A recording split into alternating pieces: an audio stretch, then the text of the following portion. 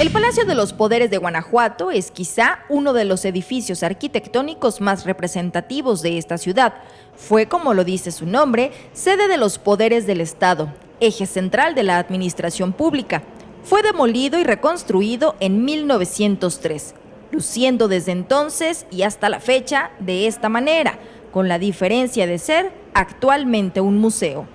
Este edificio porfiriano hecho con cantera mantiene en su interior esa belleza arquitectónica casi intacta, además de una gran riqueza cultural, pues en él permanece abierto al público el antiguo salón de plenos del Congreso local, el Salón Verde donde sesionaban las comisiones especiales, además de una copia de la Constitución mexicana de 1917.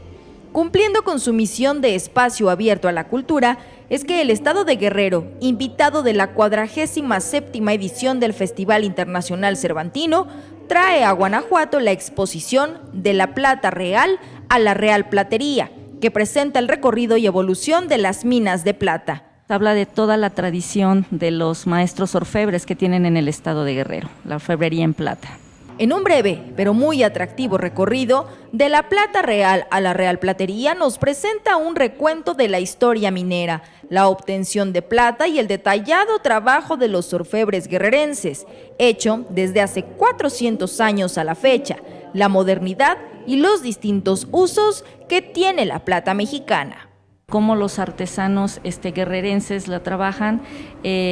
haciendo piezas que fueron utilizadas para el ritual religioso, después en la vida cotidiana, y en la última sala tenemos una muestra de joyería y algunos otros objetos de uso cotidiano